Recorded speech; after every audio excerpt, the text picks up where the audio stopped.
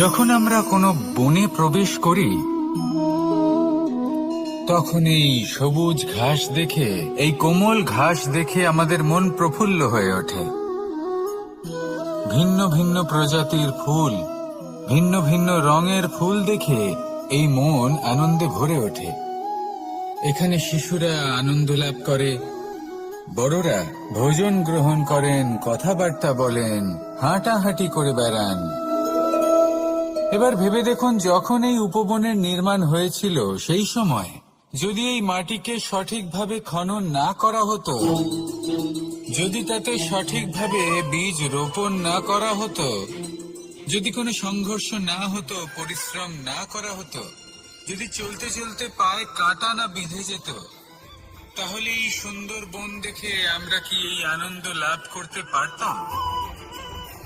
কখনোই নয়। ধরুন কোন নদীর তটে সুন্দর একটি বন আছে, সেই বনের আনন্দ লাভ করতে গেলে আপনাকে সেই নদী পার করতেই হবে। যদি সুখের নদীর কাছে পৌঁছতে চান, তাহলে তটে যে কাঁটা রয়েছে সেগুলোর সাথে সংঘর্ষ করতেই হবে।